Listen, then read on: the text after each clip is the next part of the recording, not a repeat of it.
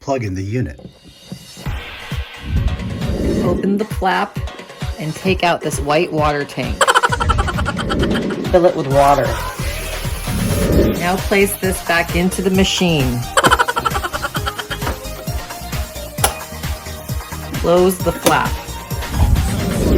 Now press the power button, this top one right here. See the lights turn on. Now you unscrew the espresso pod like this. Unscrew the lid from the espresso grounds that are from the freezer. Now scoop espresso grounds into the pod.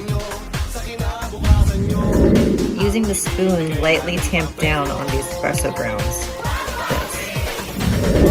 Pull this flap back and reinsert into the pod like this.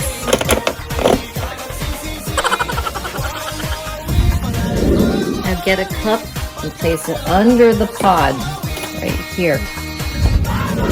Press the second button from the top with the small cup to brew the espresso.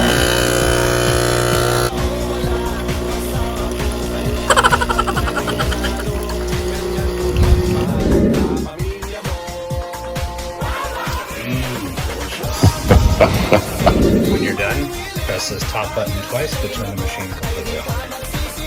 Make sure the flashing lights are off.